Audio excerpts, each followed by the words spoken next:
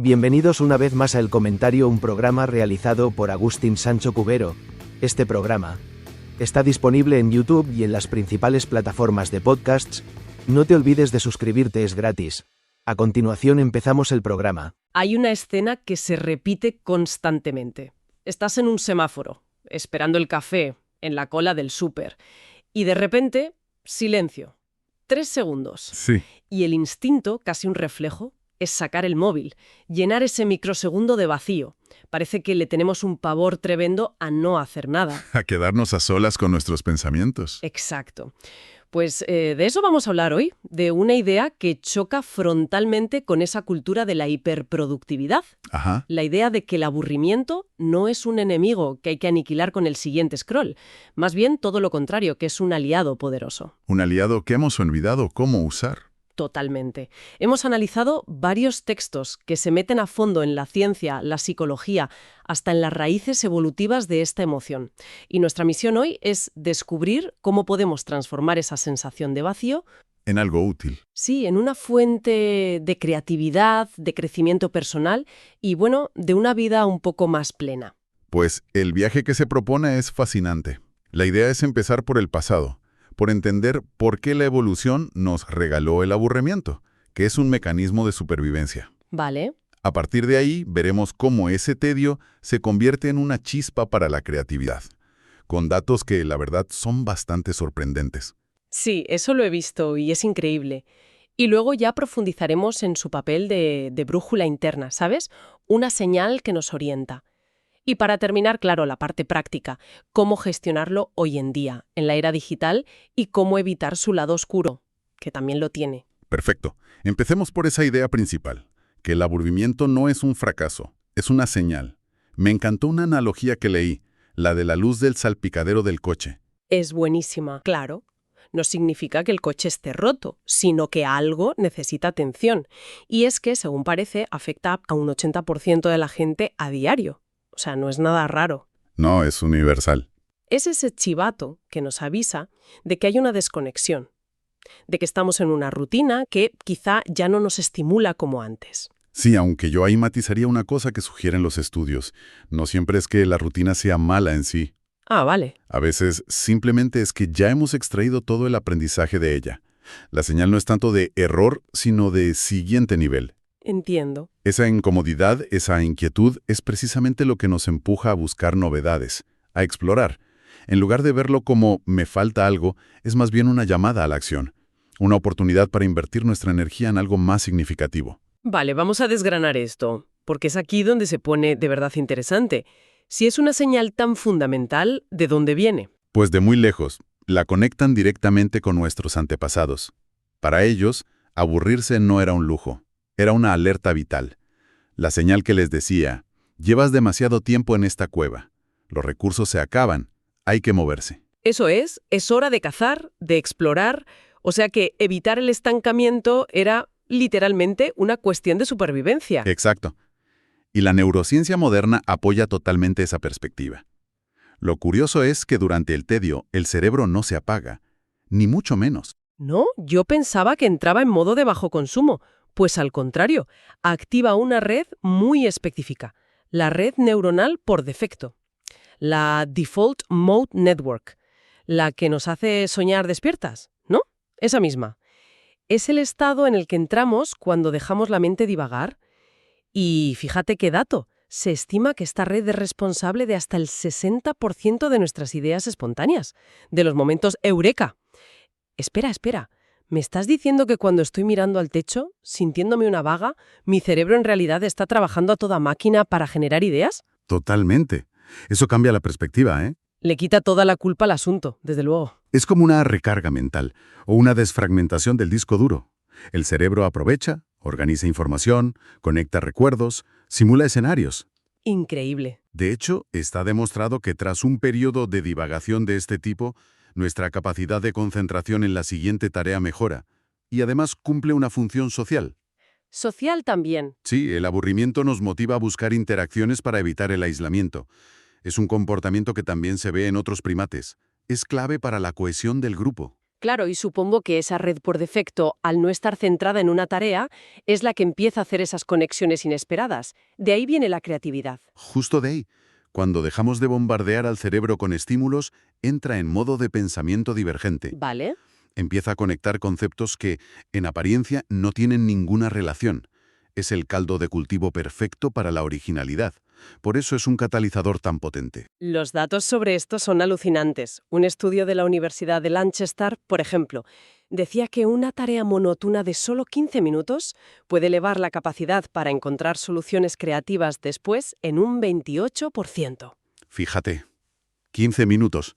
Y otro de una investigación australiana. El tedio antes de un brainstorming aumenta la generación de ideas en un 22%. Vamos, que la próxima vez que toque doblar la colada, en lugar de poner un podcast, quizás sea mejor no poner nada. Dejar que la mente divague. Ahí podría estar la solución a ese problema que nos atasca en el trabajo. Esa es exactamente la idea. Y no es solo para adultos. En niños el efecto es aún más visible. ¿Así? Sí. Breves episodios de aburrirse pueden incrementar su imaginación en un 35%. Les lleva a inventar juegos de forma autónoma, a crear mundos con 4 palos. Totalmente. Le das a un niño una caja de cartón y es un cohete.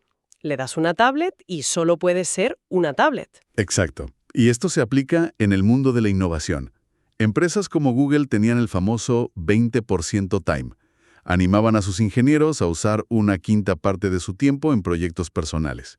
Sin un objetivo definido. Eso es, se les daba permiso para aburrirse de forma productiva. Y de ahí han salido productos como Gmail o AdSense.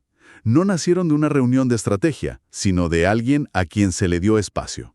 Entonces, si el aburrimiento nos empuja a crear a pequeña escala, ¿qué pasa cuando esa sensación es más profunda, más persistente? Se habla del aburrimiento existencial. Sí, Suena bastante deprimente, la verdad. suena deprimente, pero los textos no lo presentan como un problema, sino todo lo contrario. Es la misma señal del salpicadero, pero esta vez la luz es la de revisar motor. Vale, una alerta más seria. Es una llamada a la acción para redefinir objetivos vitales. Funciona como el hambre o la sed. No es una patología, es una necesidad. Nos está diciendo que hay un desajuste profundo entre nuestros valores y nuestras acciones diarias. La sensación de estar en piloto automático. En una vida que no nos llena, exacto. Y me imagino que como con el móvil, la primera tentación es acallar esa señal con más ruido, ¿no? Más distracción. Exacto. Y ese es el gran error.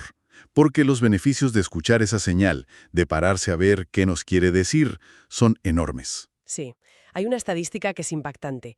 El 70% de las personas que procesan activamente esa sensación, que se permiten sentirla, logran redefinir sus metas vitales con éxito. Un 70% es muchísimo. Desde luego. En los jóvenes, por ejemplo, promover la autorreflexión que surge del tedio puede reducir la sintomatología depresiva en un 18%. Incluso leí algo sobre que nos vuelve más altruistas, que me sonó muy contraintuitivo. Pues sí. Hay investigaciones irlandesas que demuestran que las personas que sienten ese vacío existencial tienden a buscar acciones prosociales. Como el voluntariado, por ejemplo. La participación en voluntariados aumenta hasta un 25%. Es como si la mente dijera, lo que hago no tiene sentido para mí, necesito buscar sentido ayudando a otros. Tiene lógica visto así. Y pasa también en lo profesional. Muchos profesionales en crisis vital usan este periodo para pivotar en sus carreras. Y lo hacen con tasas de éxito un 20% más altas que quienes cambian de trabajo por impulso. Claro, porque hay una reflexión previa. Exacto. El problema, claro, es que nos hemos vuelto expertos en silenciar esa señal. Vale, todo esto suena genial, casi como si el aburrimiento fuera la panacea. Pero, seamos sinceros, a veces aburrirse es horrible. Es una sensación muy desagradable, sí. ¿No hay un punto en el que deja de ser útil y se convierte en un problema? Por supuesto. Y esa es una distinción crucial. Una cosa es el aburrimiento situacional, el que es pasajero y beneficioso. Y otra muy distinta es el aburrimiento crónico. El persistente. Ese. Es muy problemático. Afecta a entre un 10 y un 15% de la población y se asocia con la apatía, con la incapacidad de sentir placer, y puede ser un síntoma de algo más serio, como la depresión. Ese es el lado oscuro. Y supongo que ahí es donde la señal deja de ser una guía para convertirse en un ruido constante y paralizante. Precisamente. Es la otra cara de la moneda. Si la señal funciona, nos movemos, exploramos. Pero si no podemos o no sabemos cómo responder, la alarma se queda sonando de forma crónica. Pasa de ser un motor a ser un lastre. Y los peligros son reales. En jóvenes se relaciona con un aumento del 20% en la búsqueda de riesgos. En el trabajo es causa de un 15% más de absentismo. Entiendo los peligros, pero en la práctica evitar la distracción constante es muy difícil. Tenemos el móvil soldado a la mano. Más allá del consejo genérico de usa menos el móvil, ¿hay alguna estrategia que funcione de verdad? Sí, y son bastante aterrizadas. La primera tiene que ver con la intencionalidad. No se trata de demonizar la tecnología, sino de usarla a nuestro favor. Vale. El eliminado de las pantallas reduce los beneficios cognitivos del aburrimiento en un 30%. Una propuesta simple es hacer microdosis de aburrimiento. Microdosis. Suena bien. Dedicar solo 5 o 10 minutos al día de forma deliberada a no hacer nada. Sin móvil, sin música, simplemente mirar por la ventana. Al principio es incómodo, pero es como entrenar un músculo. Reactiva la curiosidad. Eso suena factible. ¿Y en el trabajo? ¿Donde la monotonía puede ser el origen? Ahí una estrategia muy efectiva es la rotación de tareas, si es posible. Romper la monotonía cambiando de actividad, aunque sea por poco tiempo, puede ser suficiente para resetear el cerebro. Vale. Pero es importante señalar que si este estado es muy persistente, si va acompañado de somnolencia crónica o falta de energía, es una alerta para consultar a un profesional.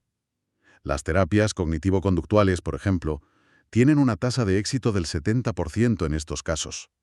Entonces, si tuviera que quedarme con una idea de todo esto, sería que hemos malinterpretado completamente el aburrimiento. Sin duda. No es un vacío que haya que llenar a toda costa con el próximo estímulo. Es un espacio fértil, que si le damos la oportunidad, se llena solo, de creatividad, de reflexión. De crecimiento. Exacto. Es una señal humana fundamental que la era digital nos ha enseñado a ignorar, a temer incluso, pero que podemos reaprender a escuchar. Esa es la clave. Y como reflexión final, se podría plantear una especie de autoevaluación de las rutinas diarias. A ver. Si el patrón dominante es la evasión constante del silencio, la huida de cualquier momento de inactividad, ¿qué podría ocurrir si de forma intencionada se reintrodujeran pequeños momentos de quietud? ¿Qué ideas, qué soluciones o qué nuevos caminos podrían surgir al abrazar esa incomodidad inicial en lugar de, por instinto, alcanzar la distracción más cercana? Hasta aquí esta edición del programa del comentario, un programa realizado por Agustín Sancho Cubero. Este programa está disponible en YouTube y en las principales plataformas de podcasts. Hasta la próxima edición del programa. Muchas gracias. Dirección y realización Agustín Sancho Cubero.